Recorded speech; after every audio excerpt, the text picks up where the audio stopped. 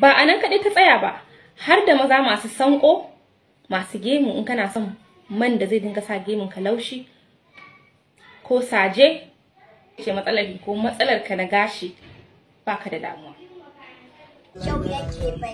Itatuwan amyala shi fito da sanko da saje cikin sati 2 ku jarraba shi za ku samu saje, kuma masu buƙatar gemu ya fito musu suka yi amfani da shi gemu zai fito insha Allah.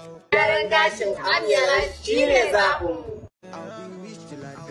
Amfani gaskiya ya amfani da shi saboda ga muna gani ga abu nan ya kankama kuma muna sa nan da 'yan kwanaki nan ma muna sa ran Allah ya sa. To an ɗaga mu gemun mu ƙara ganin shi. A ga mu nan ya kankama kuna gani. Wanda ya amfani da wannan abu zai ji daɗin shi insha Allah. To alhamdulillah. Yadda muka amfani da shi muka ji. Masha Allah. Manema gashin saje ko gemu komai da gashin sanko, Katsina ta muku gata arha kamar ɗan Katsina ya je auren banifiya. Mai cika aiki cikin sati 2, ga ƙanshi ga sanya laushin gashin maza da mata. Garin itatuwa mai karfin tsotso gashin kwalliya ana iya samun sa a Dutsen Safe, babban shago mai kallon fire service na Katsina, ko a neme su ta wannan lamba don sauki da saurin samun naku. Suna ma iya aike muku da shi ko ina mazaunin ku yake, ko ku bibiye su ta wannan shafin nasu ta Facebook.